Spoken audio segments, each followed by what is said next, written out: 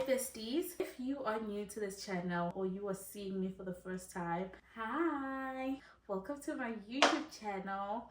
My name is Kanyisa Maring. I'm a South African who has been living in South Korea for 15 months. If you are a returning subscriber, bestie, thank you so much for coming back. We are on 390 subscribers, honey. I'm so happy about that. Share, subscribe, like, do all that amazing stuff. I think today's video is going to be very informational. No, I think today's video is going to be very informative. So please watch this video until the end. Teaching in South Korea. That is what we are talking about today. This process is for private school. I work at a private school, and this process is about applying to a private school. There is another route to opt for, and that is working for the government or a public school. If you need more information about working at a public school, you can just go to the internet and type EPIC, Teaching English in South Korea, and you'll find all the information. I have my laptop with me. I wrote down a lot of notes, so I will be looking down a lot just to make sure that I say the right thing. Disclaimer guys, everything I say on this video or on this channel is purely my experience. First of all, you have to be from a native country. This is South Africa, USA, UK, Canada, Ireland, Australia, and New Zealand. You need a degree. So this can be a degree in any field of study. You do not need a teaching degree.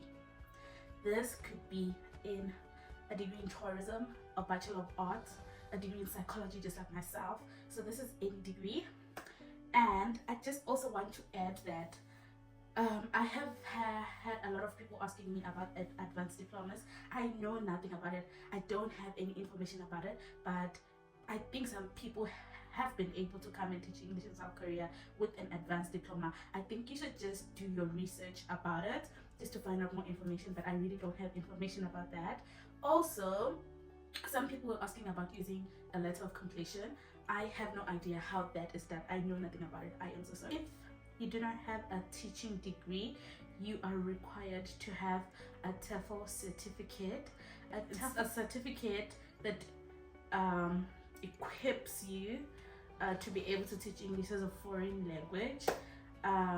So you can do your TEFL certificate from Teacher Record, that is free, or TEFL Universal, where I did mine. So yeah, there are various websites where you can get the certificate. Next thing is you need to have studied in English. So from primary through high school, you need to make sure that you studied in English. One more requirement, which is very, very important, is that you need a clear criminal record. Go to your nearest police station and apply for a police clearance certificate. It was 180 when I did it last year. I'm not sure if it's still the same. So there are two different certificates. You must make sure that you apply with the one that cost 180, not the 75 rand one. Step 2, you have to go to your nearest home affairs and apply for a passport. You need a passport, guys, because you'll be leaving the country. So go to home affairs, apply for a passport. This process does not really take a lot of time, but you can go way earlier than all these other processes. This was 600 at the time that I did it. Next, you need to verify your degree at SACA. I hope I'm pronouncing that right. This is South African Qualification Authority. You need to verify your degree with SACA or SACA, I don't know. And I think this cost 610. So this is how you do this. You get a form from the website SACA. I am going to link everything on this video. You get a form and you fill in this form and you attach your degree and your ID and you ask them to verify your degree, right? So you send this form via email, and they will email you back with a quotation that, okay, you have to pay 610, then we can send you your verified degree. So you pay 610 and send back the proof of payment. Then a couple of weeks later, you will get your verified degree. That is the process. I think for me, it took about 3 weeks. I don't know what the timeline is right now. Once you have your degree and your police clearance, you have to take both of them to DIRCO. DIRCO is the Department of International Relations and Cooperation. So you have to take your verified degree and your police clearance certificate to DIRCO. This step is free and they are now walk-ins. So when I did this process, I had to do it via a courier company, but now you can literally just walk in and I think wait for a couple of hours, or I don't know how long you wait, then you get all your documents, which I think this is a win, guys. Once you have all your documents ready, you have to start applying for a job. You can email recruiters, also go to Covia, a website called Covia. You can also go to Dave's ESL. You can also use the Facebook page, guys, South Africans in South Korea. People always post jobs on that group, or you can always find information about where to find jobs. Guys, I am running out of battery, so we have to move really fast. So like I said, the Facebook page, people always share a lot of important information about recruiters, websites, job openings. So use the Facebook page to get a job in Korea. Now, what is the next step? You have to apply for your visa. This process was 1,080 for me. You need passport photos, and you also need to fill in some forms. You also need to take your medical test with you to the embassy in Pretoria, and you apply for a visa. This took about 5 days for me. I paid 1,080 and they called me to tell me that my visa was ready, I think about 4 to 5 days after that. I am going to write down a couple of recruiters that were recommended to me by my friends, and just some of the recruiters I find on the Facebook page and other groups that I'm in. But I just want to say, guys, be cautious, always be cautious, because a recruiter might get me a good job and they might like get you a horrible job. So just always make sure that you do your research about the school. You try to find as much information as you can about that school before you sign, because guys, I don't want situations whereby you're like, oh, Kanyuta gave me this recruiter, now I'm at this shitty job. Like, guys, I am only sharing the information that I have. It is up to you what you do with it. Please just always make sure that you do your research about the school before you sign it. I think we might have a part 2, because right now I am not able to talk about, you know, flights, living, settling in first month in Korea, what you need.